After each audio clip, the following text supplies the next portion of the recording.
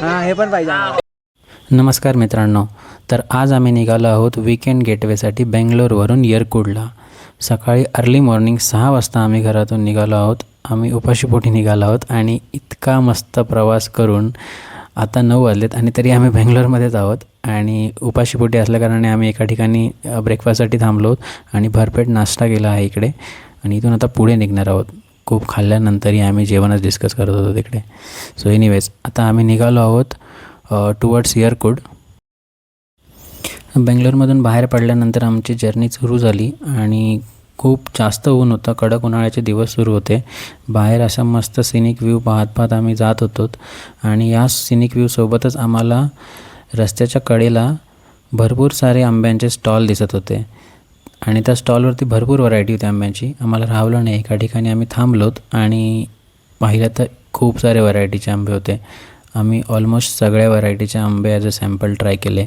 तेवढंच नाही तर आम्ही भरपूर सारे आंबे विकत घेतले डेस्टिनेशनवर पोचल्यानंतर रात्री खाण्यासाठी.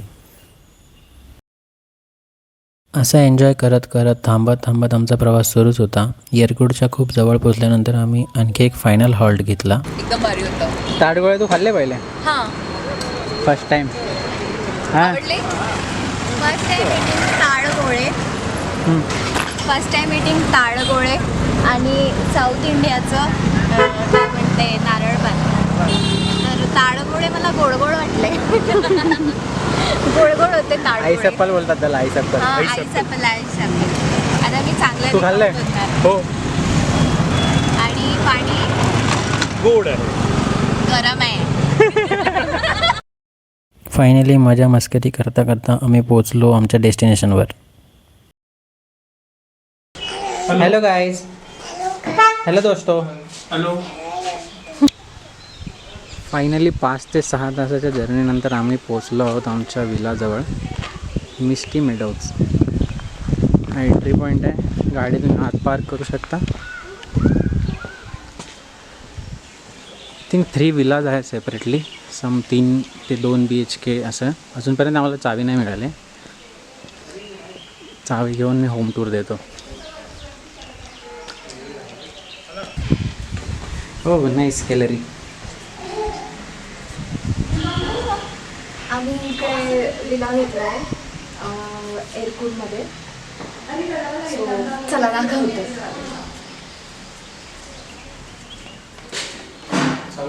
तुम्ही वरचा घ्या. वरचा प्लॉट घ्या. मोठाच्या मोठा किचन आहे.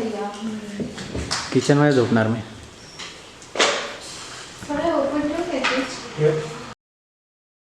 हा बेडरूम फर्स्ट फ्लोअरवरती आहे. फर्स्ट फ्लोअरवरच्या बेडरूममध्ये तुम्ही आरामात 4 ते 5 लोक झोपू शकता.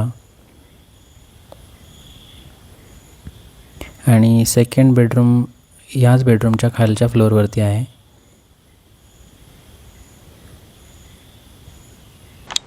One, two, three, silo. Dance.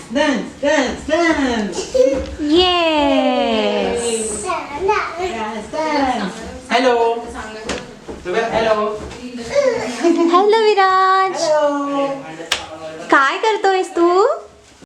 पूर्ण दिवसभराच्या प्रवासानंतर आम्हाला इव्हिनिंगला काही वेळ भेटला तर तो आम्ही एका स्पॉटला कवर करण्यासाठी म्हणून यूज करू. त्यासाठी आम्ही निघालो आहोत. तोंडावर बंद केला असतं ना. गाडी कशी अशी इकडे बरोबर सोडत होती. मध्ये त्याने थांबवले. बायकामध्ये होत्या. इकडे येणं म्हणजे वेल ट्रेन ड्रायव्हर पाहिजे एकदम. आमच्याकडे आहे. ट्रक ड्रायव्हर्स असतात ना आपले डेलीवाले. असे. हो, गाडीमध्ये खूप जास्त प्रॉब्लेम्स होतात चढवण्यासाठी. हा हे पण पाहिजे आम्हाला. घाबरून खाली उतरणार नाही पाहिजे. घाबरून खाली उतरणार आहे. तुमची गेली गाडी. काय लेडी सीट नाव आहे ना. अशी मजा मस्ती करत करत आम्ही पोचलो आमच्या पहिल्या व्ह्यू पॉईंटला. इथे जेंट्स सीट व्ह्यू पॉईंट आणि लेडीज सीट व्ह्यू पॉईंट असे 2 पॉईंट होते.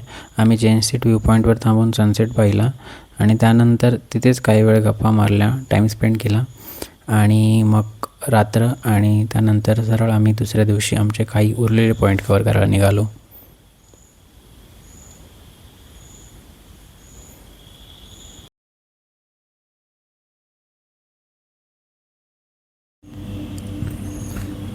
डे 2ला जास्त नाही, फक्त 2 पॉईंट्स आम्ही कवर करणार होतो. एक म्हणजे आमच्या ट्रिपची सगळ्यात मोठी उत्सुकता असलेला पिकू पॉईंट आणि दुसरा म्हणजे pagoda point. Pagoda point view point होता, तिथे आम्ही जाणार होतो. तर आम्ही चेकआउट केलं, फोटोशूट केला विलाच्या बाहेरच थोडा वेळ आणि पोचलो पगोडा पॉईंटला. हा असा एक व्ह्यू पॉईंट आहे. इकडून छान माउंटन रेंज दिसते तुम्हाला आणि आजूबाजूला असे छान शॉप्स आहेत, छोटे मोठे स्टॉल्स आहेत स्नॅक्ससाठी आणि 1-2 छोटे कॅफेही आहेत.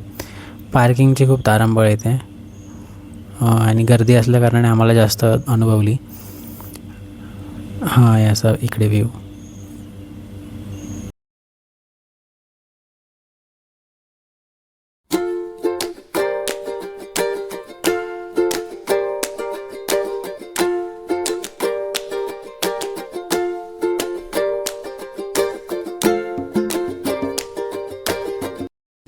पगोडा पॉईंट बघितल्यानंतर आम्ही गेलो पिकू पार्कला.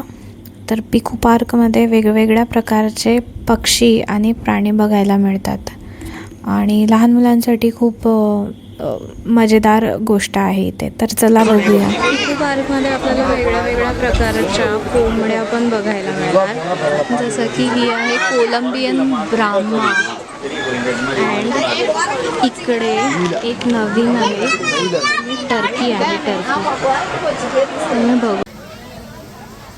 माझा घ्या ना.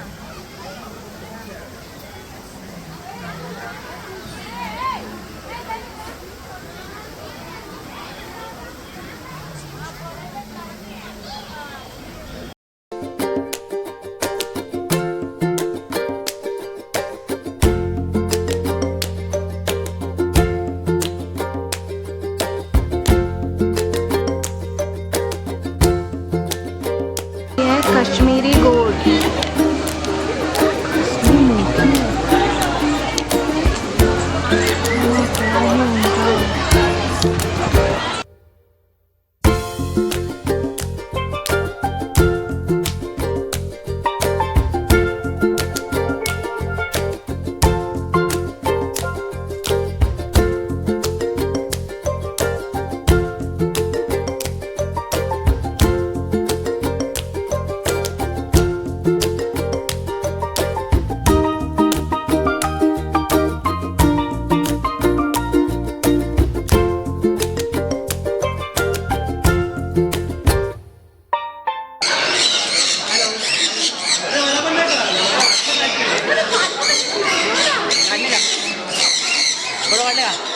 व्हिडिओ काढते.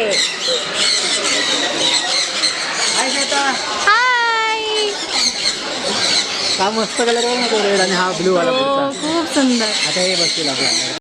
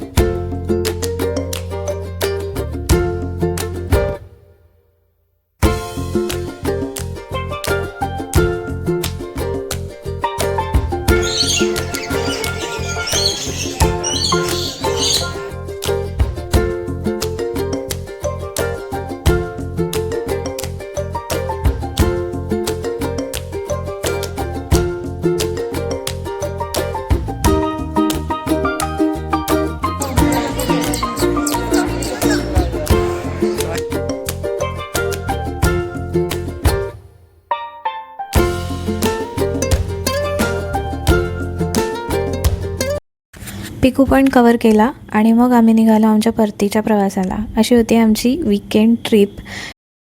बँगलोर जाताना आम्ही थांबलो जेवण करण्यासाठी दिंडीगुल बिर्याणी इथे. ही तमिळनाडूची फेमस बिर्याणी आहे आणि खरंच बिर्याणी खूप टेस्टी होती. इथला जो स्टाफ होता त्यांनी खूप प्रेमाने आम्हाला बिर्याणी खाऊ घातली. मजा आली खाऊन. तर असा होता आमचा विकेंड ट्रिपचा प्रवास आणि थँक्स फॉर वॉचिंग.